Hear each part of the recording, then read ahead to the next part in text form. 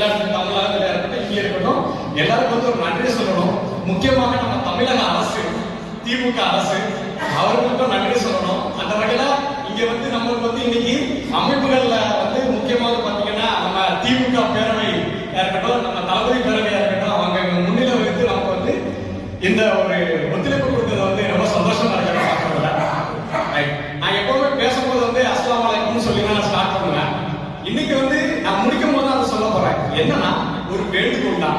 என்னன்னா அஸ்ஸலாமு அலைக்கும்னா என்ன அர்த்தம்? உங்களுக்கு வந்து சாந்தியும் சமாதானமும் உண்டாகட்டுங்கிறது தான். அதை தான் இந்த ஒன்றிய அரசுக்கு நாங்க வைக்கிறோம். உங்களுக்கு சாந்தியும் சமாதானமும் உண்டாகட்டும், சமய நல்லிணக்கமும்